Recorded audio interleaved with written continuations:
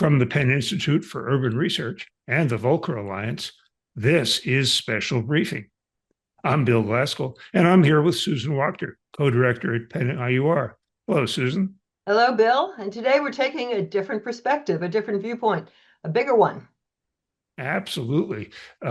Reflecting Penn IUR's mission, we're going global as our expert panel delves into financing infrastructure for cities, provinces, and states around the world, and what lessons they can take away from the $4 trillion American muni bond market. Now, state and local governments in the U.S. provide 3/4 of the capital investment for America's roads, schools, waters, and sewer plants, and other essential infrastructure. And they borrowed a record $580 billion last year, $580 billion to help make this happen. And they may borrow as much or even more in 2026. Emily Brock tells me they're all charged up about it at the National Federation of Municipal Analysts. We'll get into that in a second. And we'll hear more about lessons for global cities and states from this system in a moment. But first, this word. Special briefings are made possible by funding from the Travelers Institute, the Volcker Alliance, and members of the Penn IUR Advisory Board. And we're coming to you on the Penn IUR and Volcker Alliance websites, and also on the Special Briefing podcast and Penn IUR YouTube channel. And we've got your questions in hand, and we'll get to them later in the program. So let's get rolling. Joining Special Briefing today to discuss this global topic are two of our friends at the OECD, that's the Organization for Economic Cooperation and Development.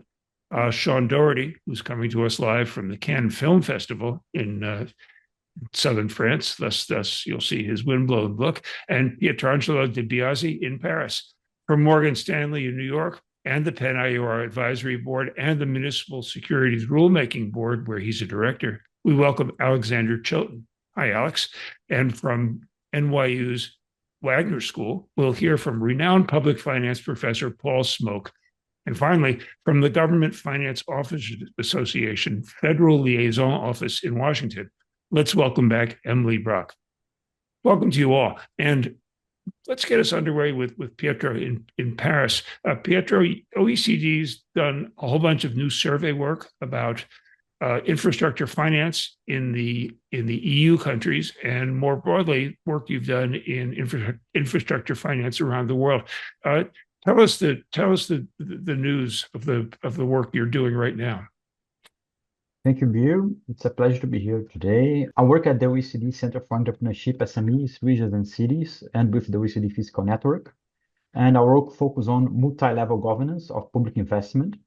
I would like to highlight one figure that anchors everything, and that is that 55% of all the public investment across the 38 OECD countries are delivered by subnational governments, many states, municipalities, provinces, and so on. The US, this number is around 60% according to the System of National Accounts, but you have countries that are even more decentralized, such as Belgium with 70%, Australia, Mexico, Canada. In Canada, we really need is 90%. And given the fact that investment is mainly delivered at a subnational level or in cooperation with the central government, it's essential to have strong, what we call multi-level governance mechanisms, so ways to coordinate this investment across levels of government. Since 2014, we adopt OECD recommendation on effective public investment across levels of government that has 12 principles around 3 pillars: intergovernmental coordination, the horizontal, so at the same level of government, and vertical, developing government capacities at the subnational and at the central government level, and regulatory conditions across all levels. So every 5 years, we send this survey out. We get answers from senior officials from countries, and I'm here to give you a quick summary on the results pertaining precisely the part of subnational government funding. It's a very extensive. I have a document online if you want to have a look at it in the page of the special briefing. So first of all, in our country, subnational governments are subsidized to some extent for investment. But there are different modes, different ways that central governments do that, and this changes how they operate. I'm going to be very brief in the US model because it's going to be explored more in detail, but you have the muni market, which is quite big. So municipalities issue with tax exemption on the central income taxes. And they have broad capacity to define where they're going to use resources on and to get the funding that they believe they need. So with minimal central government control, it is a broad subsidy that's applied when they get a borrowing. When you go to the Europe, market-based borrowing is used, but it's not widely used. For instance, Germany is the only country in the EU that more than half of the subnational debt is denominated in bonds. So in our other countries, it is less than half, and many of them it's actually zero. So how do they actually borrow? So most of the debt comes from commercial or state-owned banks loans. In some cases, you have municipal agencies that pool resources and lend to them, such as in the Nordic countries. This borrowing is also complemented with co-financing grants, programs at the central government level or at the EU level. So this co-financing, to some extent, is also operates similar to a subsidy that's provided to subnational borrowing. Fiscal discipline in Europe is not enforced by the market, as in the US, mostly. In some cases, yes, but mostly is enforced by fiscal rules, especially the golden rule. They can only borrow to invest. And also, there are quite a few challenges in terms of local capacity. In the US, municipalities tend to have more fiscal autonomy, not as much in Europe. And it's also recurring to have support from some bodies at the central level to help them to have, let's say, prepare projects to get borrowing and to navigate the regulatory complexities of the conditions of capital grants. Then let's move to Asia. When I mean Asia here, I'm talking about precisely Japan and Korea, the two main Asia countries at the OECD. So they operate under a more centralized manner. In Japan, for instance, there is a framework of central consultation where the central government has some procedures that, in practice, approves local government's borrowing. And when they do so, the transfer system already allocates in the future part of resources to pay for the debt services. And also, Japan co-finance some municipalities for the Japan Finance Organization for Municipalities. As such, the Japanese government, central government, has a lot of, let's say, control of the borrowing of the subnationals. Korea works similarly, although it is borrowing mostly done with guarantees that the central government provides. It also requires approval from the central government, and it's discussed with regional development investment agreements that are multi-year frameworks where the central and subnational governments define the priorities and so on.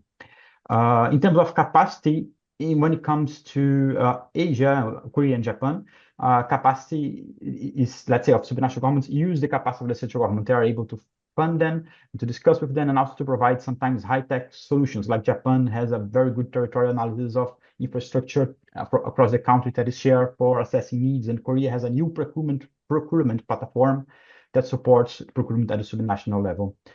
So what I would like to conclude here with a quick summary. So neither system is purely market-driven. They all have to some extent a subsidy. Could be in the form of a tax exemption, could be in the form of a guarantee, or could be in the form of co-financing arrangements. And what makes them different is under the condition that the subsidies operates. It could be generally based with no transaction costs like the US, you usually already get it, or like in Europe or Asia, Japan and Korea, where you need to have to navigate fiscal rules, conditionalities. But however, these transaction costs come with more central government control and ability to coordinate the priorities in the investment of the country. Thank you very much, Bill, and I give the floor back to you. Well, thank Pietro. And just a reminder that you can read the OECD's latest infrastructure report. It's for those of you on the live stream, it's on the chat, and it's also on our respective websites.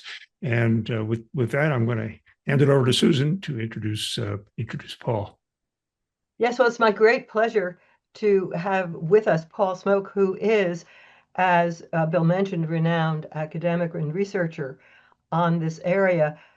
And although he is a professor of public finance at NYU and also is a director of Center for, forgetting the full name, Paul, help me here.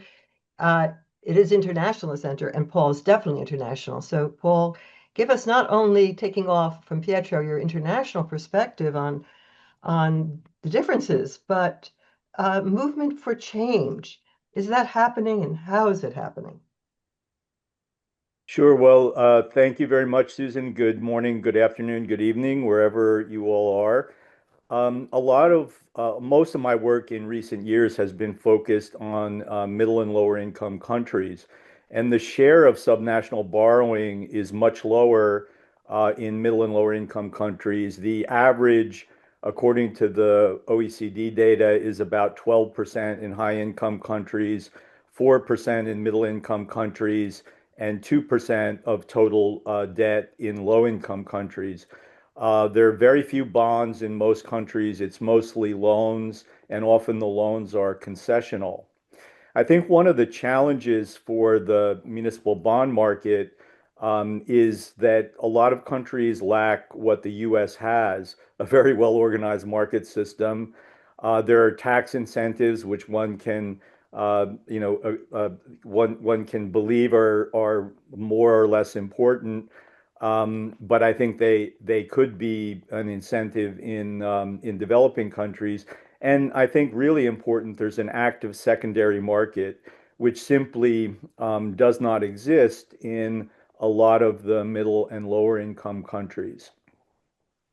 I think Pietro talked about these subnational borrowing frameworks. A lot of middle and low income countries that allow borrowing have actually developed what look on paper like pretty good frameworks in terms of the kinds of requirements and protections that are expected by lenders and for general fiscal responsibility purposes. But there tend to be some challenges in the fine print in terms of who has to approve the loans. And just to give you an example of this, in some of the countries I work in, the approval for a city loan has to come from four different national government agencies, which may not see eye to eye. And so you can get into bureaucratic as well as regular politics in terms of whether even a creditworthy local government for a cost recoverable project is having trouble getting a loan. I think the other thing that is pretty important in many developing countries is the overall national fiscal situation. Many of these countries already have rather high debt loads, and usually for subnational borrowing, subnational guarantees are required or they're implied. And this is one of the reasons why a lot of even quite viable loans might not get approved because the Ministry of Finance doesn't want these contingent liabilities on their books when they already are in a rather severe debt situation. Another thing which Pietro also mentioned is the issue of revenue and expenditure autonomy. These do tend to be less, there are exceptions, but they do tend to be less in developing countries. And having this kind of autonomy is really important for making decisions, for making sure that debt service can be covered, and for making sure that there are the resources for operation and maintenance, for asset management, which we all know is a very huge problem well, more than in developing countries, but it's particularly a problem in developing countries. There are resources for building infrastructure, but then the local governments don't have the autonomy, and of course, sometimes it's the political will to be willing to use that autonomy if they have it. I think perhaps the most challenging thing, and Susan, don't worry, I know you want me to be positive. I'm going to get there. There is incentives. I think in some places, the overall intergovernmental fiscal system creates disincentives for borrowing. If I'm a mayor and I can get a grant from the central government or through some program that the World Bank is sponsoring, or if I can get concessional finance, why would I go to the market? And I think that these things do go, these kinds of grants and concessional financing do go to richer cities that are investing in revenue generating infrastructure, and they don't need it. and it's not a good use of resources. So I think that you can only talk about borrowing in terms of how it is situated in the larger intergovernmental fiscal system. The other thing I would mention is that some of the borrowing that gets done at the subnational level is done through state-owned enterprises, public-private partnerships, special purpose vehicles, and so forth. They might be able to help with the volume of borrowing, but it often means that the states or cities or local governments will lose the autonomy needed for integrated economic development. Now, presumably, a lender would look into this, but I have certainly seen situations in which infrastructure was built, schools, hospitals, things like that, but there wasn't a good road to it. And the road is under a different entity or under the city itself. And so one has to be careful of these special vehicles and how they affect what local governments do. Um, and the final thing that I'll raise is that some of the special financial intermediaries, like municipal development banks, have been one-stop shops. They've been responsible for preparing the loan proposal and for approving the loan. So you have some challenges there. And I think what we need to understand is what underlies these issues. Are they capacity issues? Are they political issues? Are they correctable? And what would be the strategic approach to deal with these in a particular country? And some of the positive things that I think are happening is various types of guarantee funds, various types of attempts to pool loans across jurisdictions that make the loans more less risky for the lenders. There are also attempts to try to create incentives to push the rich cities to the market, and for the poorer places, even if they're getting concessional finance, to make them borrow for part of an infrastructure project that would get them on the road to developing creditworthiness over a period of time. And I think that I'd be happy to share information with some of these things on people with people if they're interested. But I'm out of time, and I know that Susan's going to tell me to stop talking. So thank you, and I will stop talking. So I'm not going to tell you to stop talking. What I'm going to say is we will get back to you in the Q&A to expand upon some of these very intriguing thoughts, particularly the go forward potential of these last comments. But let's turn now to Alex Chilton. I'm so pleased that we have Alex Chilton with us. He is managing director at Morgan Stanley and a force for international growth in municipal debt, as well as in the U.S. itself. And my great pleasure to have Alex here as well is because Alex is, and so important to us, is a member of our board at Penn Institute for Urban Research. With that, Alex. Susan, appreciate you having me here today.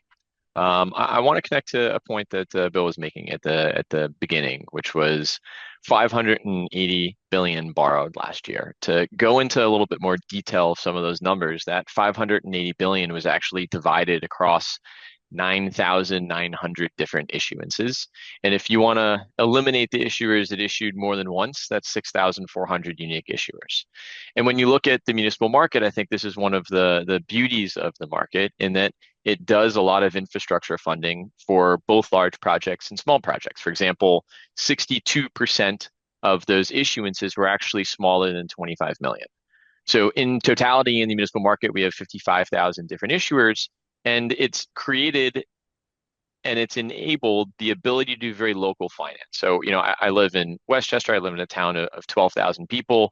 Just take, for example, if we decided that we wanted to renovate our school, there'd probably be a lot of town conversation around it. There'd probably be a year or two of meetings, and then there'd have to be a vote that was passed. But in the event that the town wanted to, they could take a portion of the tax revenues that are directed to the town, and they could use a general obligation pledge, or they could pass a special tax and they could borrow money against it, and they could decide themselves to renovate a school. So if you have, a group of towns in Florida or Texas where the population is expanding very quickly, the people in the town can decide on taxation and can decide the projects that they want to finance. And because of that, our market has proliferated a very large number of smaller issuers, where we have 55,000 of them.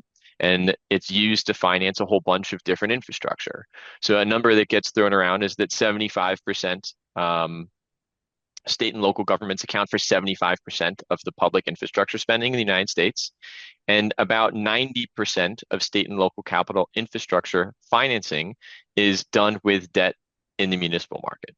So largely here, right, we have the infrastructure in the United States that's provided by municipal bonds. So I think it's interesting to take a step back and to look at the size of the municipal market versus other markets, right? So we have 4.2 trillion in the municipal market. Corporates is 16.5 trillion. Treasuries is 28 trillion. And when you break that down into who is holding what portions of debt, right? The municipal market, you have about 50% of that held directly by people. And you have another 25-ish% of it that are held by ETFs or by 40 Act funds on behalf of people, with the remainder being from banks and insurance company and a very small ownership of 3%. Contrasting that to the ownership of corporates, you have households really only owning 1% of the market directly, 30% in funds, and then you have very large foreign ownership. So 30% of corporate bonds are owned outside the United States, and 35% are owned by banks and insurance companies. So it's really interesting that our system has developed that largely U.S. infrastructure is funded by municipal bonds, and largely they're owned by people or by corporations, right? If you add up the people and if you add up the banks and insurance companies, which are largely U.S. based, you probably have somewhere about, call it 95% of the ownership that sits within the United States. So it's very much Americans or American companies funding American infrastructure. So let's take a second to talk about how that could potentially happen. I know one of the things that's brought up is taxation, that historically municipal bonds are not taxed. 600 billion of the market, though, is taxable. So, can we have local financing for local projects without a tax benefit? The answer is absolutely, definitely. But one of the things that this taxation benefit does is that it has created the statistics where the majority of the capital comes from the United States. So critical infrastructure in the United States is owned by people in the United States. And I think that we could debate whether and how important that is, but I think it's a very large benefit as we talk about where critical infrastructure should be owned and how that should be distributed across the market. I think the other thing to think about is the local authorization, right? So we talked about an example from my town, but there's a very strong system in the United States to create taxes locally.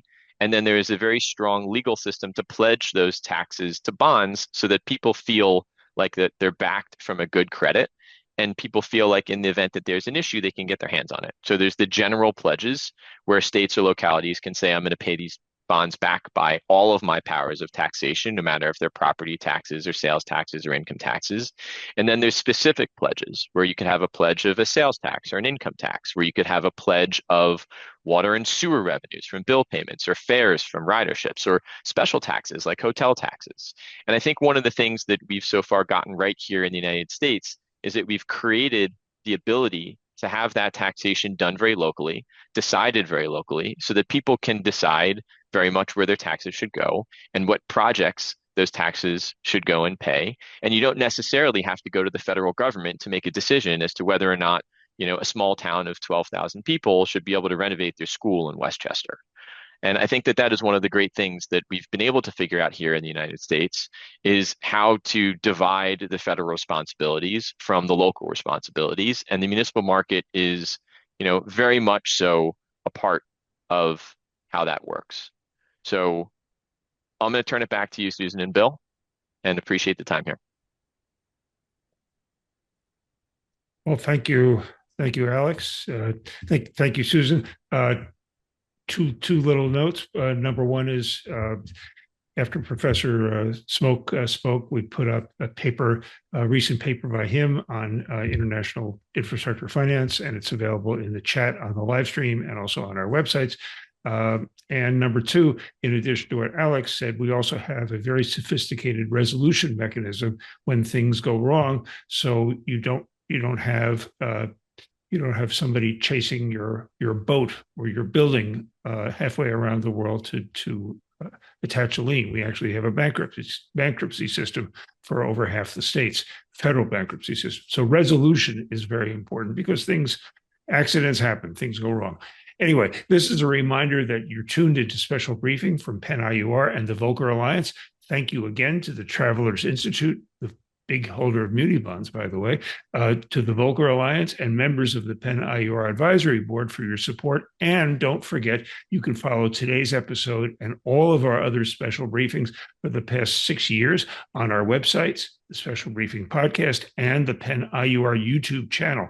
And now let's get back to work with some perspectives from Emily Brock. So Emily, besides leading the latest successful effort to keep most American muni bonds free from federal income taxes, you've told us that you're also deluged with visits and requests from foreign governments to figure out how we do it. So tell us about that and about the role of taxes. Eric Kim from Fitch actually asked the question, where would we be without tax exemption in this market? Alex gave one answer, but it's very important. Yeah, well, thank you for that. And thanks to Eric for the question. The relationship between the federal, state, and local governments is a very important one, as Alex articulated very well. But importantly, there is kind of a dependency. $4.4 trillion is still a lot. So even if $600 billion of it is taxable, the vast majority is tax exempt. And so it requires this ongoing intergovernmental pact, more or less, for the federal government to continue to maintain this exemption on municipal bonds. Since 1913, the tax exemption on income for holding municipal bonds has been maintained by Congress. So how does it work? Well, Emily Brock, after going through the referendum process that Alex determined, at the local level, you're voting on this water sewer package. You package those bonds, you issue them out to the market. Emily Brock buys a water sewer bond from Polk County, Iowa. And her income that she receives as an individual taxpayer is tax exempt. On that $2,500 bond, if I hold that tax exempt bond, I don't have to pay taxes on the income that I receive. Now, if Congress decides to one day flip that switch, that Emily Brock all of a sudden has to pay taxes on the income on that bond, it's going to have an escalating effect. Emily Brock is going to demand higher yields because suddenly she will be taxable on her income. The cost to borrow a $4.6 trillion market rises. And effectively, if Congress decides to flip that switch, it collects about $600 billion over 10 years. So it's really enticing for Congress to say, well, gosh, we need $600 billion for something else. And yet the tax exempt market is sitting over here not paying taxes on the income earned. And so it's fragile. That dependency between local governments, and even if your electorate wants that water sewer bond, the tax exemption exists in the code. So there is a lot of attention that's in our space. There is a lot of accountability that's enshrined in the referendum process. But also at the federal level, there are regulations that exist in our space. The Municipal Securities Rulemaking Board regulates broker-dealers, or the bankers in our space, and the municipal advisors, or MAs, in our space. Now, importantly in this construct, while the bankers and the advisors are regulated in the same breath, in the same mission as dictated by the MSRB, issuers and investors are a protected entity. So not only are we unregulated, we are protected. So you've got the situation where the numbers are staggering. Alex mentioned 55,000 issuers, 500, Bill, you mentioned $580 billion last year. We're looking at really big numbers again this year. It attracts attention. And so Congress is always very interested. Discipline is always very important. There's also entrance into our market in the technology space, for example, or ways to improve efficiencies. But also, as you mentioned, Bill, at the very top, it attracts attention internationally. Next week, we're hosting a delegation from Korea. We hosted a few months ago from Japan. We regularly, annually host delegations from Israel, South Africa, and Sweden. And what we do is we welcome them into our space in Washington, D.C. We show them, who our champions are in Congress for maintaining the tax exemption. But there's a fair amount of questions that are similar among the delegations. Of course, the questions about that intergovernmental relationship between the federal government, the states, and the locals. Both on the capital acquisition side or the financing side. So they're very curious. International delegates are very curious about if there's a portion of bank loans, how do you use them? This exemption, how do you maintain it? There are a fair amount of questions on that side, but there's also a lot of questions about funding from the feds. So we have to be very careful to separate the notion of financing from funding.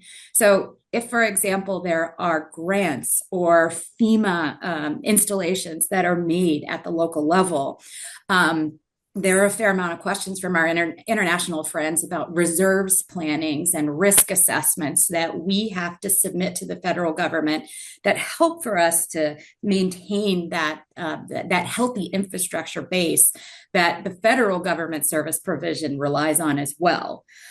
So we are always, always happy to host international delegates at our space in Washington, D.C., and we're always happy to share the projects that are built by bonds because sustaining the tax exemption in this conversation is critical. Well, thanks, Emily, and we'll return to this in the Q&A. But now we're going to go back across the Atlantic to talk to Sean Doherty, who's coming to us live, not from Paris headquarters, but live from the Cannes Film Festival. Thus the windblown look. And this is probably the first special briefing we've done from Cannes. So you're a trailblazer. So tell us about your principles of good infrastructure finance, and I know you've got some interesting stuff relating AI to financing. Thanks so much, Bill and Susan. It's a pleasure to be here, and it's a holiday here in France, so I did take the opportunity to join the film festival and catch a few movies in between the podcasts. I want to elaborate on a few points that the other panelists have made, and maybe I'll start with some comments that Pietro made, and I think he talked about our infrastructure principles in quite a lot of specifics. But I want to just reemphasize one key dimension, which is really like institutions, and that's really, I would say, our main message at the OECD's Network on Fiscal Relations, which looks at these sort of intergovernmental finance, and we've looked quite a lot at municipal bond markets around the world in recent years. And there, I think, a well-designed system with good fiscal data, with clear issuer boundaries, with predictable intergovernmental fiscal rules that allow for risks to be well priced in the market is essential. That's kind of a baseline. And that's even before you start thinking about central government authorization to issue bonds. And the autonomy is, of course, essential. And it's kind of just sort of a gatekeeping role. And as I think Pietro and Paul mentioned, there's quite a few countries around the world that just don't give that much autonomy to their subnational governments. And they just put a lot of constraints on their ability to issue debt. Also, their ability to actually have full control of their local tax revenues, which I think I want to just really drill in some of the points that Alex made on this. And we still find this in our work at the Fiscal Network and the research and the discussions we've had with government delegates, that this control over local taxation is really central to making intergovernmental finance work and really allowing, I would say, a good interplay between, I would say, local, well-defined revenues in a jurisdiction. And I think, the example of Westchester or anywhere else, whether it's in Cannes or Paris or Bangkok, if you want to really be able to have good infrastructure, you need to give the local government control over the fiscal levers and the choice about making how to use those revenues, and not have four different government agencies, fighting over whether or not the local government can actually go forward with its plans or not. So that's something we've been really putting a lot of emphasis on recently. We have a forthcoming volume on this. And there's even a bit of a weird phenomenon in a number of countries where there's a bit of exaggerated decentralization, where they say they're decentralized to a certain extent, maybe not even that decentralized. But in fact, because the central government has so much control over the local government financing and in particularly on revenues and their ability to, say, alter the tax rates, design their tax base, redesign it, even pass a referendum without being overruled by the central government, they don't really have the capacity to make the kind of choice to make to really, I would say, build up good quality infrastructure that we see in quite a few advanced OECD countries. So I think that's really an important message. And let me just then say that, there's also a lot of interesting systems in many OECD countries that try to equalize the capacity of revenues. And we looked a lot at these fiscal equalization systems. In the US, you don't have too much of that except in the school financing area, where you have a bit of that depending on the state. Many OECD countries, for instance, in Australia, you have a very sophisticated wealth system to help courses. And you have this kind of thing in Germany as well, which has a pretty well-developed municipal bond market or subnational bond market as well. Let me just finish talking a little bit about our recent work on AI. We have a Vox EU column that just came out last week based on a recent working paper that was done with a colleague at Stanford. And there we found actually that the US has quite a bit of advantage. I mean, not only in terms of training AI models, but also in terms of realizing their benefits earlier than other countries. And here we looked at county level information, and we found that the counties that have the most predisposition to taking advantage of AI, and that's more in the private sector rather than the public sector, although the public sector is moving in many places. But there we see actually the increase in revenues that's expected through, I would say, deployment of AI, given the skill capacities in those particular areas, actually is passing through to cheaper issuances of municipal bonds. And we found strong evidence that's quite robust in the US case. So we said, okay, can we expand this to other OECD countries to see whether that nice, interplay between AI adoption can help to strengthen, municipal bond financing or local bond financing that may feed into other types of infrastructure, including AI-related infrastructure. And so we were able to come up with 5 countries that had thick enough bond markets to match them with information about AI adoption. And 4 of those were in Europe, and we found, in fact, exactly the opposite. And we're not saying just not significant. We're actually saying really the opposite, where AI actually seems to almost undermine the quality of those issuances. And our interpretation of this, and we argue in our column last week, is that in fact it's the rigidities in the labor market that slow down adoption, and also regulatory burdens in terms of adopting AI, perhaps other types of regulatory burdens that we also talk a lot about at the OECD, that may well slow down and make it such that some of those, I would say, potential AI benefiting industries may actually just get outsourced and done elsewhere, and make it less where things are going quite well in this space. Anyway, with that, that's not such a positive or a negative message, but we can come back to that.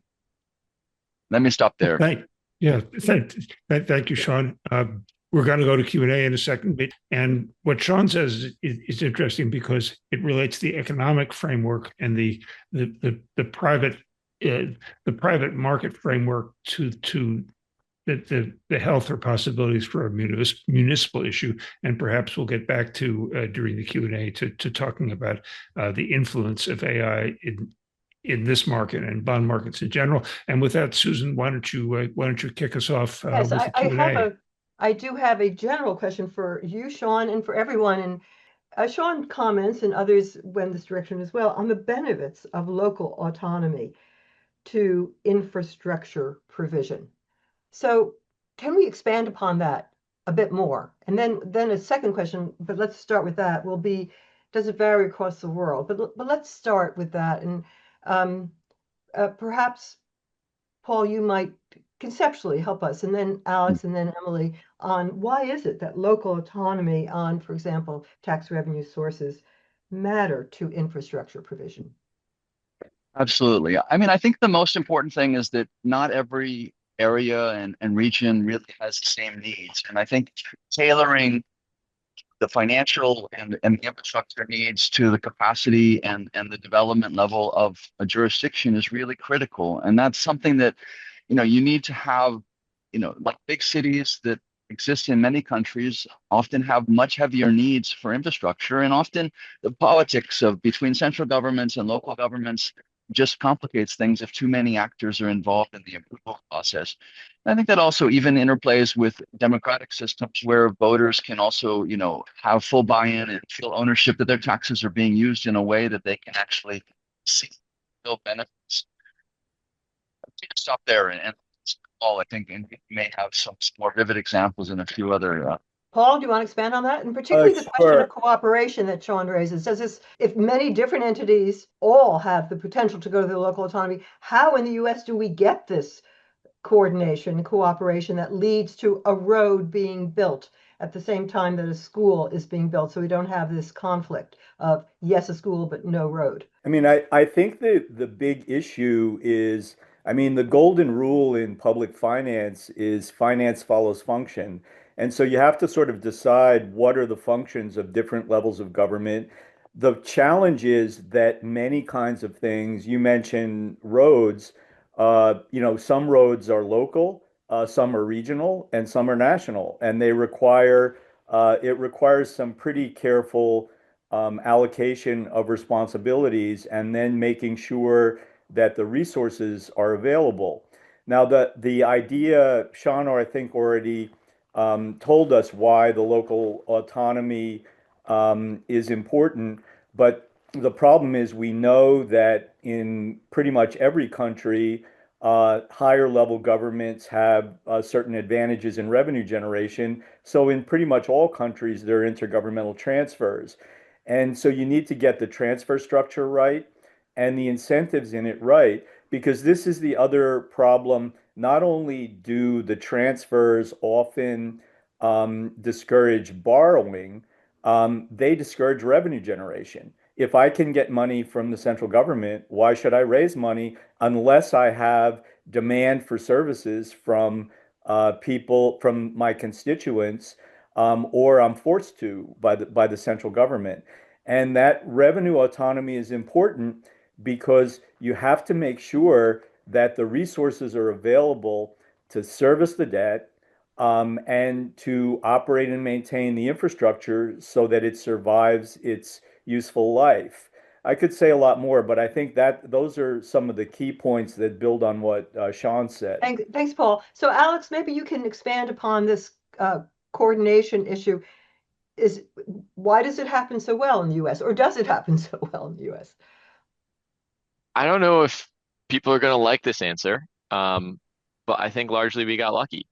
The United States is a republic. It was a collection of states before it was, really a federal government. And when the federal government was first formed, it had much less control and much less power than it does now. And I think that, the first municipal bond, I think, was issued in 1812 by New York City to fund the building of a Right. canal.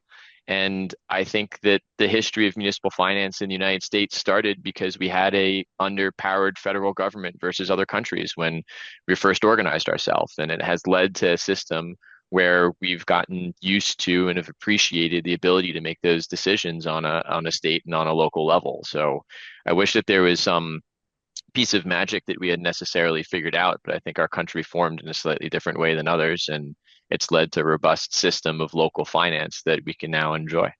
So Well, let me just jump in with a follow-up question.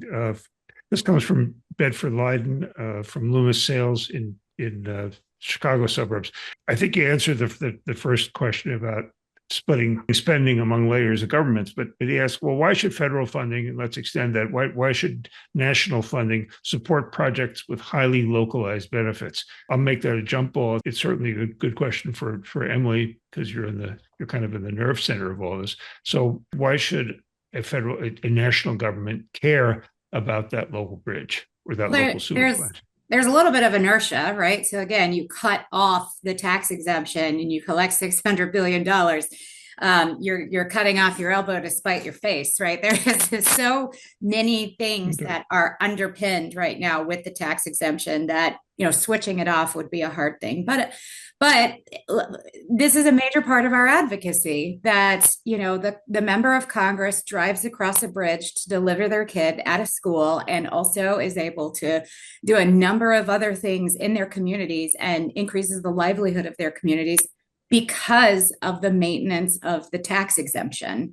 Now, if Congress all of a sudden said, okay, we will go ahead and create an infrastructure bank where all of the decisions of schools, of roads, of highways is made inside of the Beltway and made inside of our nation's capital, it politicizes roads, bridges, and schools in a way that is far more appropriate to do it at the local level. I just want to mention really quick, because we did talk about referenda at the local level. And Susan, you mentioned, is it successful? The reality is, yes, it's extremely successful, and it's extremely successful even in polarized political climate, because the results of the referenda are tangible. Now, the results of the referenda could be that we don't want that school. And the critical exercise that follows a failed referenda is for the local council to get back together and say, what did we do wrong? What is it that they don't want? And what is it that they will approve? And so it creates a local discussion about what infrastructure is essential at the local level. That's really helpful. I've got a follow-up question to that. To Sean, especially at the last meeting of the Fiscal Network, Korean delegations were talking about kind of moving in the opposite direction, consolidating regions, putting the equivalent of 15 billion euros into this. So it in a way, it's taking local authority away, but making bigger local regions. So is Korea moving in the opposite direction from what we're talking about? I would not say that necessarily goes in the opposite direction. I mean, I think there's also an issue of economies of scale, and I think that was the theme of that effort and the intention of that effort. And I think it is hard to get a good economies of scale with overly small, especially dispersed or more remote regions. And governments often seek to sort of merge regions. It hasn't been super successful, to be honest, in most countries. A number of countries have tried it. Most recently, Finland's made multiple efforts. Denmark's also done some things in this direction. Korea is a very centralized place, but I think they're also trying to sort of balance out the role of Seoul. But I think just mentioning Korea, they've also, I would say, reevaluated how much autonomy they're giving to local governments. And actually, there's an effort at the moment to actually give more autonomy to local governments, so acknowledge that they haven't given that much autonomy in the past. So, and I think that there's also an effort, including in our discussions at the Fiscal Network, and we have work coming out on this theme, to sort of point out that a few governments, also notably Japan's, but also to some extent France's, perhaps exaggerate the autonomy that they give to local governments. And I think that actually acknowledging that might allow to give more autonomy in the future, because sometimes central governments assign revenues to local governments, but then don't actually allow them to use them in the way that they would prefer or that their residents may prefer. So, Bill, we do have a question from a developing country. Iskandar Saleh asks, how can developing countries establish municipal bond markets while promoting financial market deepening? And he is from Indonesia. Paul, do you want to start that? Well, I think that they're in a way they're separate problems, because the one is dependent on the other. As I mentioned, and I've actually worked for many years in Indonesia. I think that the system is not set up to allow municipal bonds, to allow a municipal bond market that would function in the way that a bond market must function. And so I think that they are strategies that need to be pursued together. And to some extent, the deepening of the market, I think the strengthening of the local markets is important in order to develop the municipal bond market. It's it's a tough question because a lot of this. Paul, if I may, what do you mean by strengthening the local market? What is being strengthened? The basic financial markets. I mean, if you have a weak capital market where You mean for the nation as a whole? You mean for Indonesia? Is that what yeah, you for mean? the nation as a whole. So Right. if you don't have, secondary trading and, things like that that are going to make holding financial instruments more attractive, then it's going to be hard to develop a municipal bond market. So there's a Then chicken can and I egg aspect to this. Go can ahead. I want to say we had very similar conversation with India recently. India is talking about, well, we issue this debt and we have securities and it's been purchased internationally. How do we create the municipal bond market? And interestingly, it started about a capital market and developing a capital market. The central was like, well, we want to be involved in this conversation.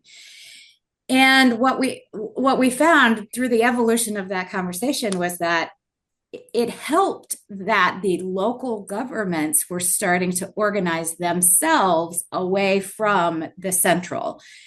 And the way that they were doing that was to create professional associations where the local governments could share information with each other and stop sort of going up to the nexus, but instead stay at the local level. And I hate to say that's the best way, because obviously that's who I work for, is a professional association of local governments. But that's the best way to share information, to learn from each other, and to also take that step to learn from other international markets as well. So it has been a very productive conversation with India in that regard. Susan and Emily, Bill, I want okay to if I jump hop on in here that. for one? Yes, of course. Look, I think I would encourage three things. One, right, the ability to create and pledge revenue is exceedingly important, and legal consistency over those revenues and the ability to collect on those revenues, and then disclosure and transparency. If you don't have those three things, it doesn't matter if the market is there, if the market isn't there. It doesn't matter if you can find buyers or if you can't. If you can't create the revenue streams, if you can't legally pledge and make sure that if it runs into troubles that investors can collect on them, and if there isn't disclosure and transparency, then the markets won't create. Now, I'm a firm believer in free markets and efficient markets, and I think if you have those three things, people will show up and will trade the bonds and will commit capital. I think that there's a fourth way that you could get a market started, which is for a period of time, you could have the nation or another entity guarantee the bonds. And whether that's a multi-year guarantee or a guarantee for the first couple $1 billion of issuance, it will provide a certainty and it will facilitate the initial trading of the market. But I think very much that if you have those three things, you've created an investable market. And when you create investable markets, investors will show up. So I think oftentimes people approach the question backwards, which is, well, how can we get people to buy our bonds? How can we create a liquid market? And I would say go the other way, which is if you have disclosure and transparency, you have legal consistency and the ability to pledge revenues, then the market will create itself.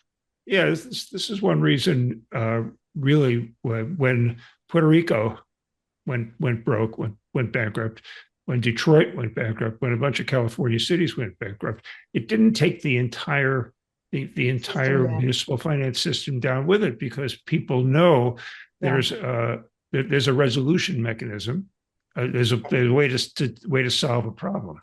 And Bill, that's really important. I want to go back to Alex's three principles, three pillars, and ask the question of everyone: how do we get there? Because do we need to have national legislation, or is there an incremental approach where, and Alex, you reference this, of to begin with guarantees, and then we build up locally. Emily, perhaps using your example of India, localities coming together and say, we will follow these principles. Is there a way forward, particularly for developing countries where the need is so great, incrementally towards these markets? Paul, you look like you want to. Sure. Yeah, I totally agree with what Bill said, and I agree with what Bill said, but I think what Alex said is right. But the problem is it gets back to the issue of what are the constitutional or legal authorities of the subnational governments.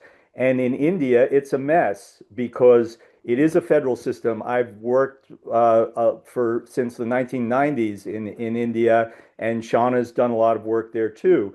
The system is a weird federal system, and it gets back to Alex's other comment on what makes the U.S. special, which I totally agree with. Most federal countries are not real federal countries. They did not join. They were colonies like India. The states in India have nothing to do with independent actors coming together. They were forced to come together, and they're old kingdoms and things like that. And at the moment, what you say, it's important for the subnational governments to get together and push for this, but they do not have the authority to do much because the main authorities are with the state governments. So I And got that. I have that pulled. I Yeah. lack the authority, but so I'm going to have a general question. We only have a few more minutes Yeah. for everyone, which is, well, what is the way forward? And perhaps we can start with Sean. Do you see any green shoots of a way forward, particularly, as I say, for developing countries where the revenue generating infrastructure is critical for development, such as India? And let's start perhaps with you, Sean, on that. Sure. No, and I really would put the emphasis on exactly your last point there, which is just revenue first. And I think the kind of the sort of the channels of revenue generation and revenue autonomy and ability to sort of determine your tax base and actually use the tax base for the objectives that you see as like a municipality, even a state or a region. That's really critical, and I would really put that even in the very first position. And we've done a lot of work on this on design of property taxes. It's, you know, those systems are much better developed also in the U.S. And property taxes have a lot of nice properties, but many countries limit them to very narrow ranges, or they have a default rate that it's very hard to shift from. And also just to give a tax handle where you can actually determine the base, you can determine whether or not there's certain kinds of exemptions. These are really critical levers, and the really central government shouldn't, you know, be so involved. And I mean, I would say, and I agree with the way that the U.S. developed, and it's a bit unique, but that doesn't mean that other countries can't go in that direction and just give. It's a kind of decentralization, but on the revenue side. So you have some countries that are very decentralized on the expenditure side, like China, but not very decentralized on the revenue side. And they just assign Okay, so revenues, and that's just it. moving to that And direction. Pietro, final comments on this? Thank you, Sean. Oh, great. If I may add something that I don't think was mentioned, is it's critical to enforce a bailout clause. As Paul Smoke mentioned, states opt in the Constitution that defines the ability to borrow freely, and if they can borrow freely, with great powers come great responsibilities. And that must be a way that the central government is not going to bail out the states or the municipalities. If that's possible, in past history, for instance, in Brazil, it happens in the 90s, but also in other countries, the subnational government have an incentive to issue bonds, knowing that at some point, if they default, the central government will bail out them. And that makes quite a few central governments a little bit skeptical to giving a lot of power for subnationals to issue.